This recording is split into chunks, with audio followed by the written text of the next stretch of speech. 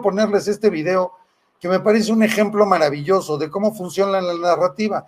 Pero cuando te hablan con verdades, pues la gente cambia de opinión.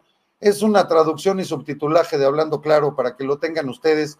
Él es Douglas McMurray en una conferencia en Canadá. Chequen esto. Es un gran placer estar de vuelta en los debates Monk. La última vez que estuve aquí, hace un par de años, acababa de regresar del frente de la guerra en Ucrania, donde estuve con las Fuerzas Armadas ucranianas. Y durante la mayor parte de los últimos 8 meses he estado en Israel y Gaza, siguiendo la guerra allí tan de cerca como he podido. No voy a entrar en todos los detalles ahora de lo que podría contarles sobre lo que está pasando. Pero primero permítanme ponerlo en perspectiva de esta manera.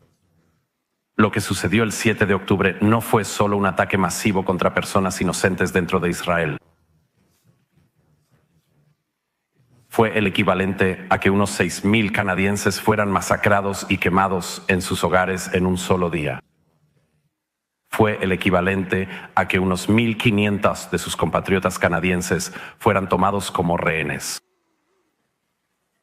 Uno habría pensado que después de un ataque como el que Hamás instigó y que desató esta terrible guerra, habría habido algo de simpatía del mundo. Uno podría haber pensado que el mundo prestaría atención al ataque y al menos a las personas detrás de él. Ustedes podrían haber esperado, al igual que yo, que hubiera habido una oposición mundial a los terroristas, violadores y asesinos de Hamás. Se podría haber pensado que habría un estallido de odio en todo el mundo, que el gobierno de Qatar y su portavoz, Al Jazeera, su financiamiento de Hamás y su acogida de los líderes de Hamás en Qatar. Uno podría haber pensado que habría habido una efusión de ira contra el gobierno revolucionario islámico en Teherán, pero no.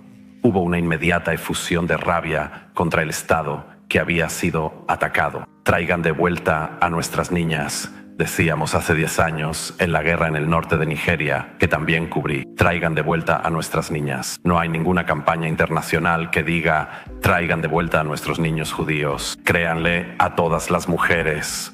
Nos han dicho durante años, pero resulta que no. Si las mujeres violadas son judías. Israel es el único país del mundo que, cuando es atacado aún más.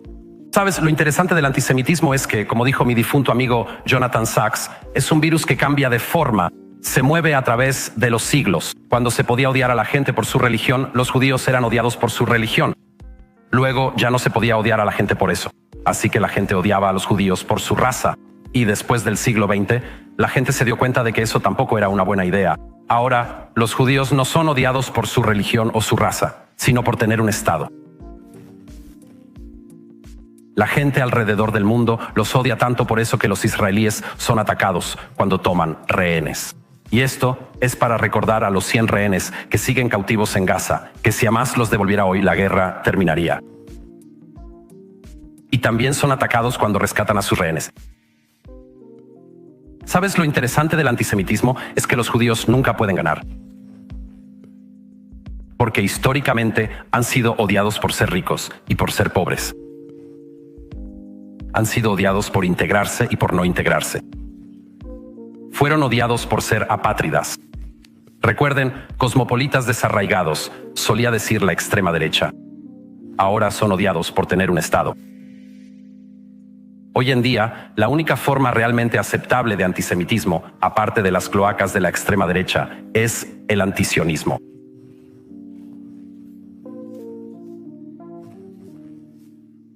El sionismo, como acabamos de escuchar, es simplemente el derecho de los judíos a la autodeterminación en su patria histórica. El antisemitismo, como también acabamos de oír, es aplicar un doble estándar contra los judíos o tratar a las personas de manera cruel e injusta por el hecho de ser judías. Esto no está muy lejos de aquí. Si esto no es antisemitismo, ¿puede alguien del público decirme por qué han sucedido las siguientes cosas desde el 7 de octubre? ¿Por qué en un suburbio de Montreal una sinagoga fue atacada con bombas incendiarias en noviembre? ¿Por qué hubo disparos contra la yeshiva? ¿Por qué en Toronto una librería propiedad de un judío fue atacada? ¿Por qué se lanzó un cóctel Molotov contra un centro comunitario judío en Montreal? ¿Por qué una tienda de delicatessen judía en Toronto, en North York, fue atacada con bombas incendiarias? ¿Por qué en Toronto la sinagoga ortodoxa fue vandalizada? ¿Por qué en Toronto 2 hombres abrieron fuego la semana pasada contra una escuela de niñas judías? Si no es antisemitismo, díganme por qué. Hace apenas una semana, manifestantes pro Hamas intentaron pasar por las zonas judías de esta ciudad gritando no solo Aloha Akbar, sino, y cito, perdón por el lenguaje, malditos cerdos sionistas de mierda, sucias ratas sionistas. ¿Han escuchado ese lenguaje antes? Los judíos sí. Ahora miren, si están interesados en esta moción, tengan esto en cuenta. No se trata de Netanyahu, no se trata de esta guerra, se trata de un doble estándar. Y una pregunta se cierne sobre todo esto. La pregunta de quién protegería a los judíos. ¿En quién confiarían para protegerlos? ¿Los europeos? ¿El mundo árabe? No. La historia muestra que solo un pueblo protege al pueblo judío. El pueblo judío. Eso es lo que es el sionismo. Gracias.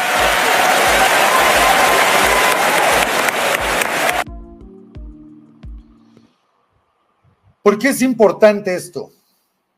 Es muy fuerte. La verdad es que es muy fuerte lo que acabamos de escuchar.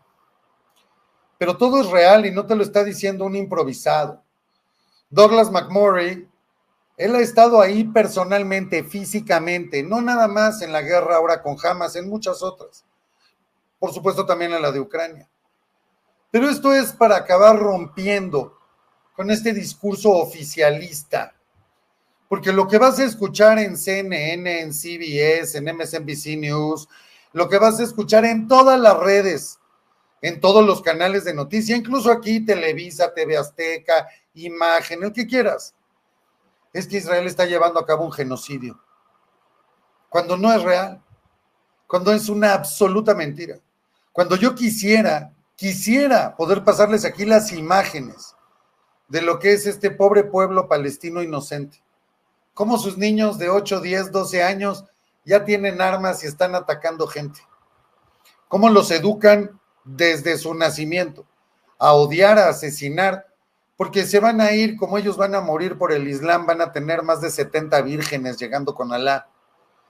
Que además ese es el valor de la mujer, ¿no? Tú llegas como hombre y vas a tener ahí un harem a tu disposición para hacer con ellas lo que quieras, pero aparte son vírgenes, fíjense el nivel de machismo, ¿no? Son vírgenes, o sea, es de verdad.